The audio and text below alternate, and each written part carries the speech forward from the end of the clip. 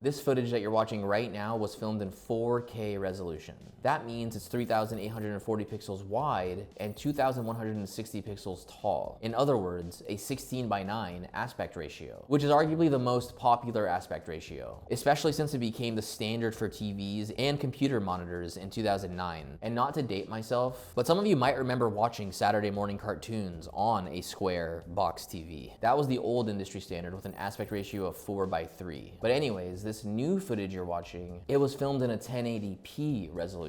That's 1,920 pixels wide by 1,080 pixels tall. Still a 16:9 aspect ratio, but with way less resolution. And as you can see from all the empty black space, it's noticeably smaller in this 4K frame. The same numbers apply when you shoot vertically, just flipped. So a vertical 4K video like this one is 2,160 pixels wide and 3,840 pixels tall, a 9:16 aspect ratio. And a vertical 1080p video, that's 1,080 pixels wide and 1,920 pixels tall. And as you now know, of course, this is also a 9:16 aspect ratio. On your screen now, you'll see all the key aspect ratios laid out for your convenience. Feel free to screenshot this and reference it anytime you're about to record or edit a video. Thank you for watching, liking, and subscribing, guys. If you find value in these 1-minute lessons, consider becoming a channel member, as it helps me and the channel out a ton. Now, if you're looking to convert a horizontal video to vertical or vice versa, hop into either of the respective Premiere Pro tutorials on the screen now. Regardless of whichever one you choose, I'll see you there.